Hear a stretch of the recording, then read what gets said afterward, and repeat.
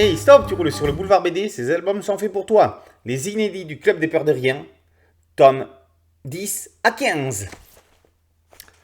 En publiant coup sur coup les deux dernières séries de 3 albums des aventures inédites, ou presque, du Club des Peurs de Rien, les éditions BD Must rendent hommage à l'un des auteurs majeurs de la bande dessinée populaire, celle de l'âge d'or qui ne s'éteindra jamais. Un auteur dont on ne parle que trop peu, mais qui a pourtant l'une des bibliographies les plus importantes. Tibet. Voici donc les volumes 10 à 15, scénarisés pêle-mêle par Greg Duchâteau de Groot et Tibet lui-même. Bonbonne va décrocher des uppercuts pour le tournoi de gants de plomb dans les Rois du Ring. Les garçons vont accueillir une fille dans leur troupe, plus exactement dans la troupe théâtrale des Rois des Don Juan. Cette fascinante vedette s'appelle Gwendoline. Sa coiffure rappelle Sheila à la grande époque de l'école est finie. Nos amis vont fonder une agence de réclame dans les Rois de la publicité. Vous cherchez un slogan? Adressez-vous à eux. Après ça, on va les retrouver en tant que rédacteurs pour l'écho de Chalut-les-Copeaux, dans les Rois des reporters.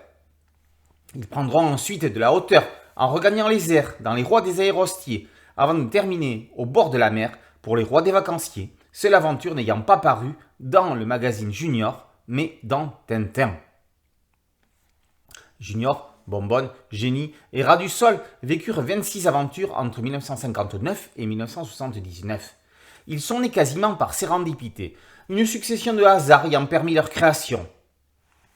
Van der Steen ayant décidé de quitter le Lombard en 1958, Raymond Leblanc demanda à Will de créer un personnage baptisé Junior pour combler le vide.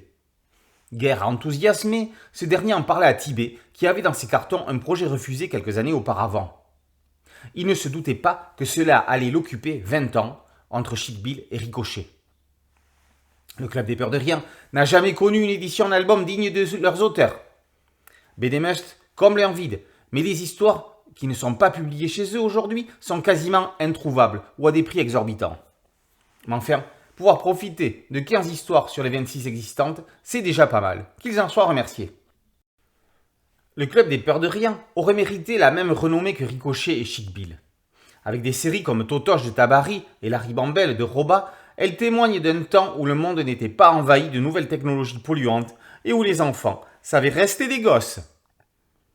Les inédits du Club des Peurs de Rien, tomes 10 à 15, par Tibet, Greg Duchâteau et de Groot, sont parus aux éditions BD Must. Boulevard BD, c'est un podcast audio, un site dédié et une chaîne YouTube. Merci de liker, de partager et de vous abonner. A très bientôt sur Boulevard BD. Ciao.